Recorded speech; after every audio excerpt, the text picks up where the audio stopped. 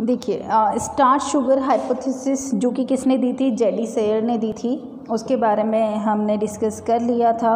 अब हम बात करते हैं यहाँ पर स्टीवर्ट हाइपोथेसिस। स्टीवर्ट ने सेयर ने जो हाइपोथेसिस दी थी उसी को ही थोड़ा सा एक्सटेंड किया।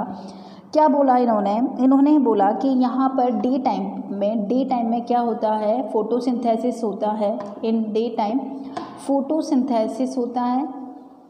फोटोसिंथेसिस होने पर क्या होता है, CO2 कॉन्सेंट्रेशन क्या हो जाती है, कम हो जाती है। CO2 कॉन्सेंट्रेशन क्यों कम हो जाती है, क्योंकि फोटोसिंथेसिस में CO2 कंज्यूम हो जाती है, तो CO2 कम हो गई। ठीक है, अब CO2 कम होने पर pH क्या हो जाता है, बढ़ जाता है। ठीक है, यहाँ तक आपको क्लियर हो गया होगा। तो यहाँ पर जब pH हमारे पास बढ़ गया है तो यहाँ पर इन्होंने बोला, इसके पहले जो हमारे पास सेयर थे उन्होंने क्या बोला था कि ग्लूकोज जो है स्टार्च जो है वो किस में चेंज हो रहा है, ग्लूकोज में चेंज हो रहा है। तो इन्होंने बोला कि ग्लूकोज जो है वो ग्लूकोज के फॉर्म में चेंज ना होकर किसी और चीज़ में चेंज होता रहता है, ग्लूकोज के फॉर्म है वो। ठीक है, ये glucose 1 phosphate then glucose 6 phosphate में चेंज होता है, जिसकी वजह से सेल में क्या हो जाता है, ऑस्मोटिक प्रेशर जो है वो कंडक्ट होता है और जो वाटर है वो उसके अंदर एंटर करने लगता है। तो यहाँ पर क्या हुआ,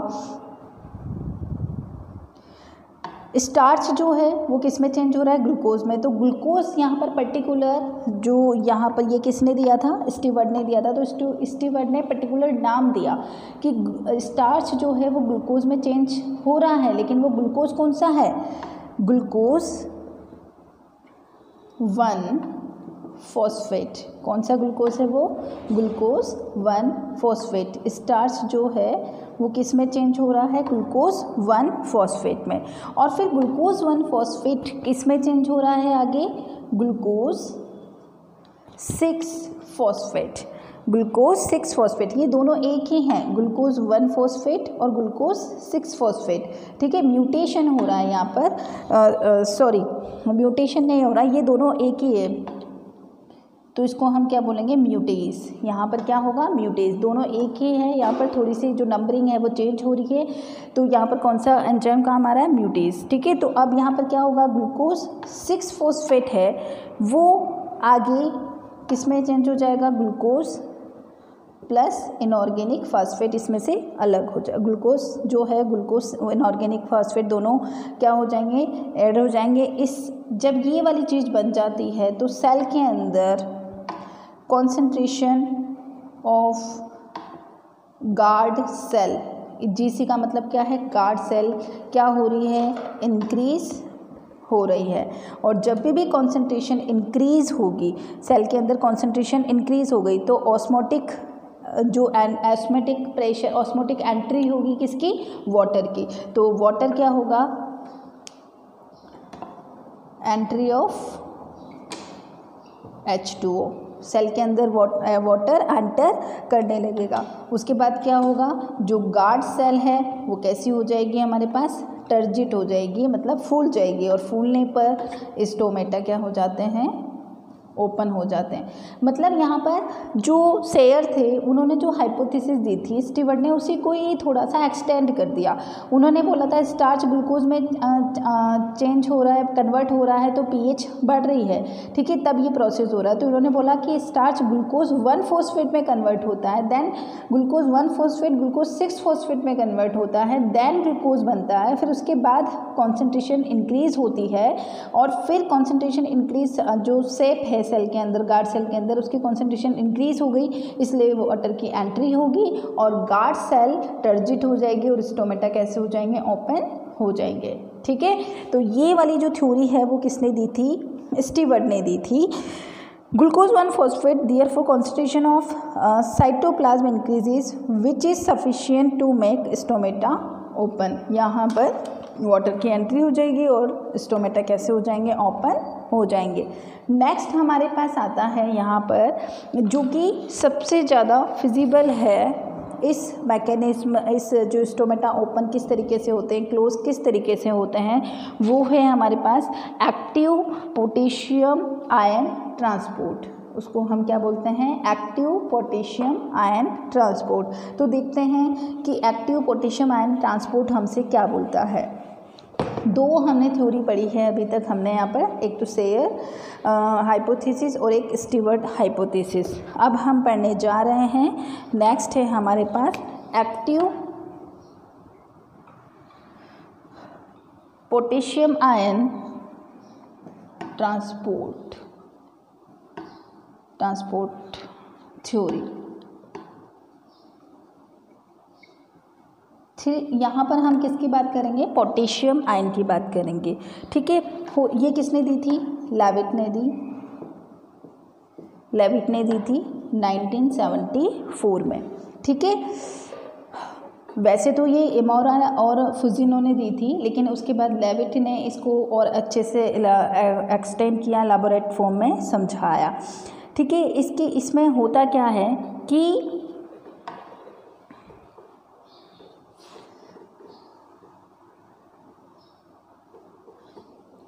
आपको पता है वहाँ पर फोटोसिंथेसिस में ग्लूकोज बनाता है। ग्लूकोज किस में स्टोर होता है, स्टार्च में स्टोर होता है। आपको यहाँ तक पता है। ठीक है, तो हमारे पास स्टार्च बन चुका है। ठीक है, अब क्या होगा, यहाँ पर स्टार्च बन चुका है, वो स्टोर हो चुका है किसके अंदर, गार्ड सेल के अंदर। ठीक है, अब क्या होगा, जो हमारे पास स्टार्च है वो क्या बनाएगा, मैलिक एसिड। क्या बनाएगा, malic acid. It is very very important, हमारी ये थ्योरी इसी पर ही बेस्ड है। तो स्टार्च किस में चेंज हो गया, मैलिक एसिड में चेंज हुआ है। ठीक है, इसके पहले वाली थ्योरी में हमने पढ़ा था स्टार्च ग्लूकोज में चेंज हो रहा है, यहाँ पर स्टार्च का हाइड्रोलाइसिस हो रहा है, उससे क्या बन रहा है, मैलिक एसिड बन रहा है। ठीक है, यहाँ तक क्लियर हो गया। तो अब हम यहाँ पर डे एंड नाइट में थोड़ा सा डिफरेंस लेकर पढ़ लेते हैं इसको, in day and in night. होगा क्या कि यहाँ पर अब मैलिक एसिड कैसे बना ये बता चुकी हूँ। स्टार्च जो है वो ब्रेक होकर हाइड्रोलाइसिस होकर क्या बना रहा है, मैलिक एसिड बना रहा है किसके अंदर, गार्ड सेल के अंदर। तो फॉर्मेशन ऑफ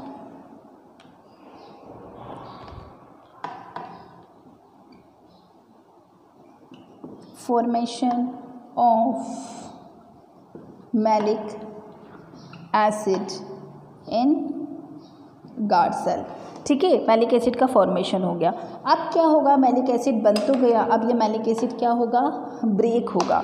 और मैलिक एसिड जब ब्रेक होगा तो डिसोशिएशन क्या होगा, ये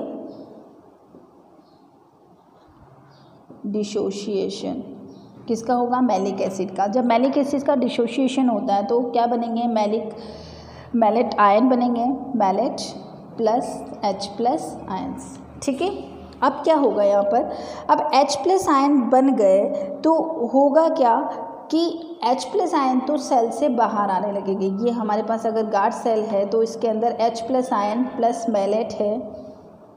ठीक है, तो H+ तो क्या आने लगेंगे, बाहर आने लगेंगे। और बाहर क्या था, पोटेशियम है, वो कहाँ जाने लगेंगे, अंदर जाने लगेंगे। इसकी entry, exit of the H+ and entry of the K+, मतलब पोटेशियम आयन।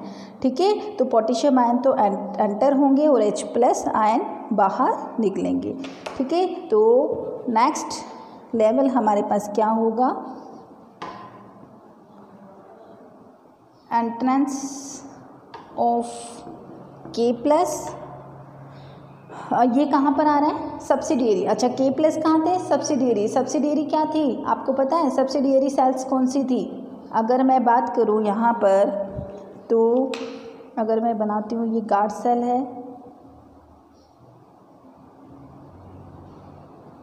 ये गार्ड सेल है, और ये क्या है हमारे पास, सब्सिडियरी सेल्स हैं। पढ़ा था, आपको याद हो तो, इस तरीके से हमने स्ट्रक्चर बनाई थी। ठीक है, तो सब्सिडियरी सेल्स में तो क्या प्रेजेंट है, K+, यहाँ पर क्या प्रेजेंट है, K+, और जो गार्ड सेल है इनके अंदर क्या प्रेजेंट है, H+। तो H+ तो बाहर जाएंगे और K+ अंदर आने लगेंगे, किसके अंदर, गार्ड सेल के अंदर। ठीक है, ये चीज़ क्लियर हुई। तो यहाँ पर entrance of K+ ions from subsidiary